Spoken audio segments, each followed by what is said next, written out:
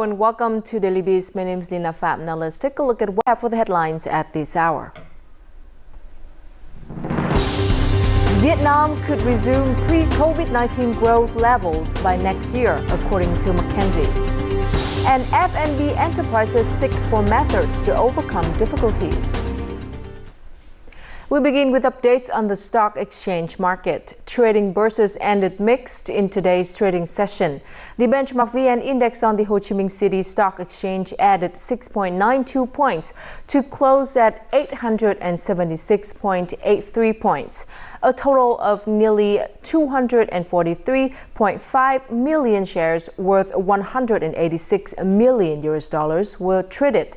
Similarly, VN30 index tracking the 30 largest stocks in the Southern Bourse increased 9.67 points to reach 819.38 points.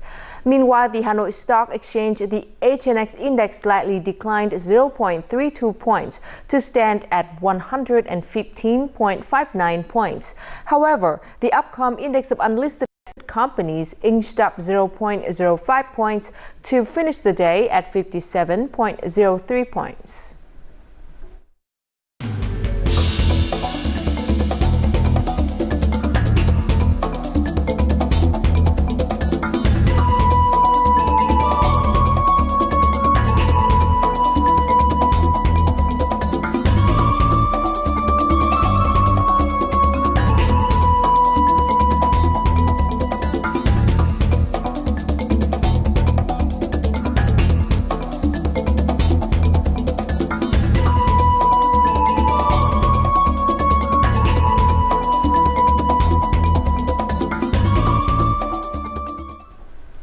Now let's take a look at the gainers and losers of today's trading.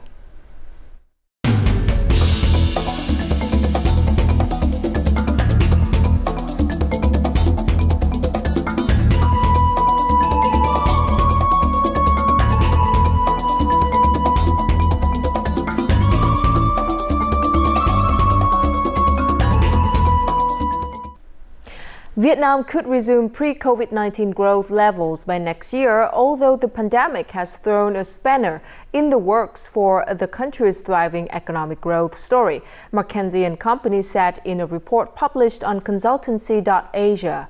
According to the firm, two factors have combined to cushion the blow of COVID-19 on Vietnam's economy.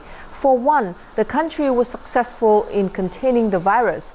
The second conducive factor is the state of Vietnam's consumer market, the firm said, adding that a growing middle class with money to spend has led to a boom in the country's consumer market, to the extent that domestic spending accounts for nearly 70% of Vietnam's GDP.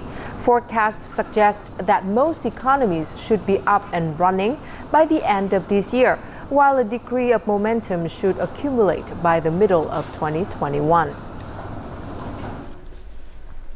Vietnam's effective containment of COVID-19 should allow it to make a quicker rebound than most other economies in the region, and its GDP growth can be about 2.3% this year. Sian Phenin, an economist from Oxford Economics, has written in a July 14th report.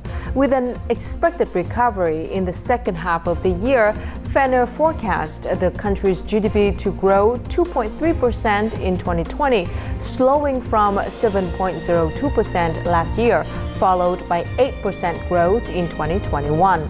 FDI is expected to pick up in the second half, with Vietnam's labor dynamics and geographical proximity to China ensuring that it remains an attractive destination for investment, particularly in manufacturing.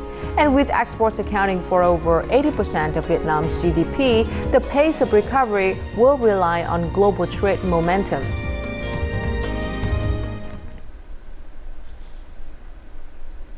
The National Assembly's office has just sent a letter to press about the announcement of 8 resolutions of the 14th National Assembly, in which small and medium-sized enterprises or SMEs and cooperatives will enjoy favorable income tax cut for 30% for the year Enterprises that make no more than $8.6 million in revenue in 2020 will benefit from this incentive. This resolution will take effect from August the 3rd. The expansion of tax break beneficiaries would amplify the loss of the 2020 state budget collection, which is approximately $991 million. The reduction of corporate income tax is the next move of the party and the state to assist businesses in solving difficulties. And before we move to the next part of Daily Beast, let's check out how the Vietnam đồng is weighed against other currencies in the world market today.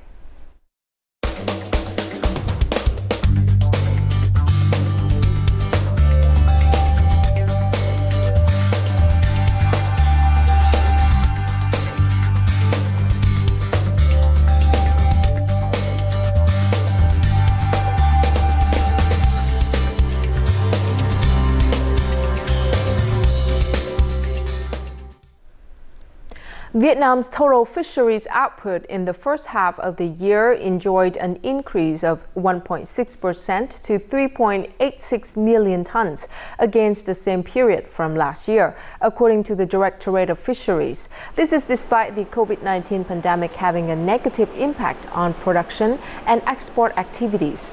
Accordingly, exploitation output witnessed a surge of 1.4% to 1.88 million tons, while aquaculture production saw a rise of 1.8% to 1.97 million tons.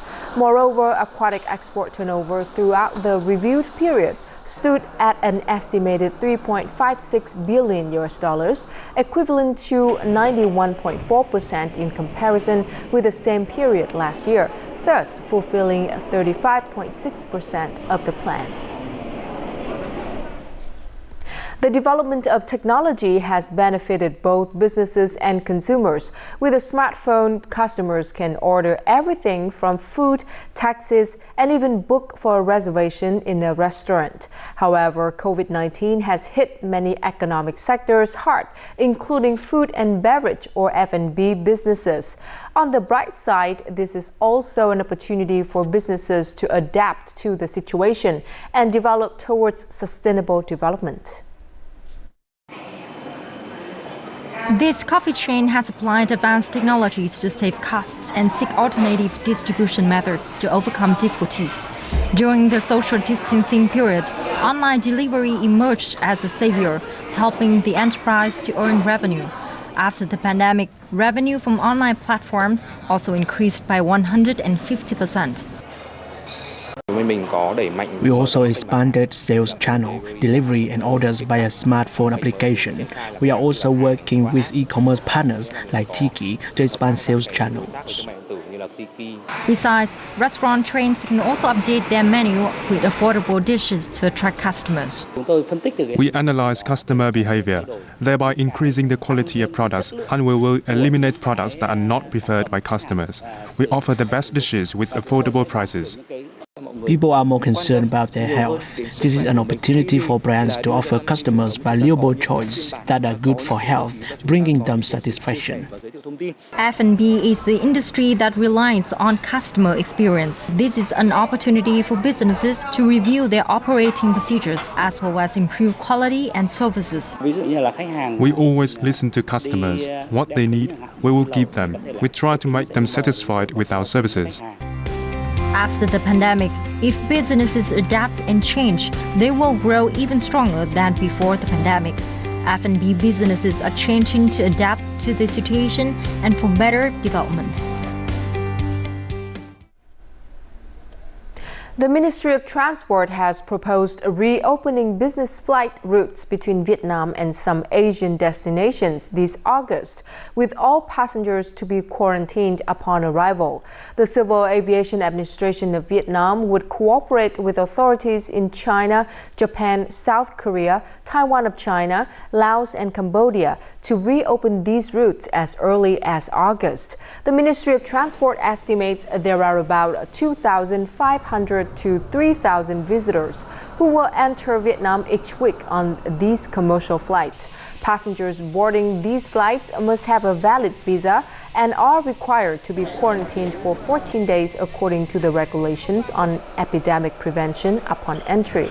The ministry also emphasized that if the pandemic is curbed globally, Vietnam Airlines will increase the frequency of these international flight routes, but in the first stage, it will only operate one flight per week.